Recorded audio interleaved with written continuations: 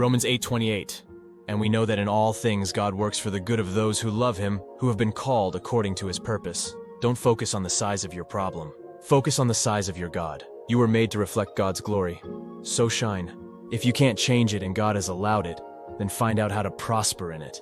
Waiting on God does not mean doing nothing.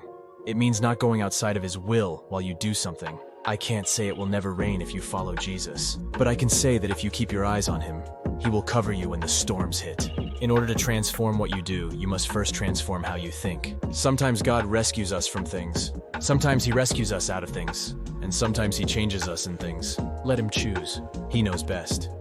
You may run out of a lot of things in life, but you will never run out of God's love. Brokenness is often the road to breakthrough. 2 Corinthians 3:18.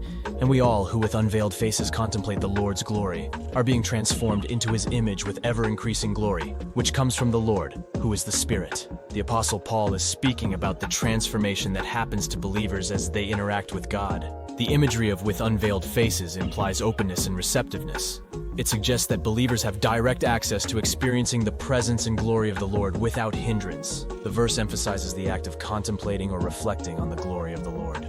This reflects a deep, intentional, and focused consideration of God's divine nature, traits, and attributes. As believers engage in this contemplation, they are being changed and transformed into the likeness of God. This transformation is described as ongoing and ever-increasing, suggesting a continual process rather than a one-time event. The passage emphasizes that this transformation is not of human origin or effort, but rather originates from the Lord. It is the work of the Holy Spirit within believers, continually shaping and molding them to become more like Christ. The process of transformation is attributed to the Spirit of the Lord, indicating the divine agency behind this profound change within believers. This verse encourages believers to engage in focused contemplation of God's glory, and in doing so, they will experience an ongoing and transformative process that shapes them more and more into the image of God, with the ultimate source of this transformation being the Spirit of the Lord.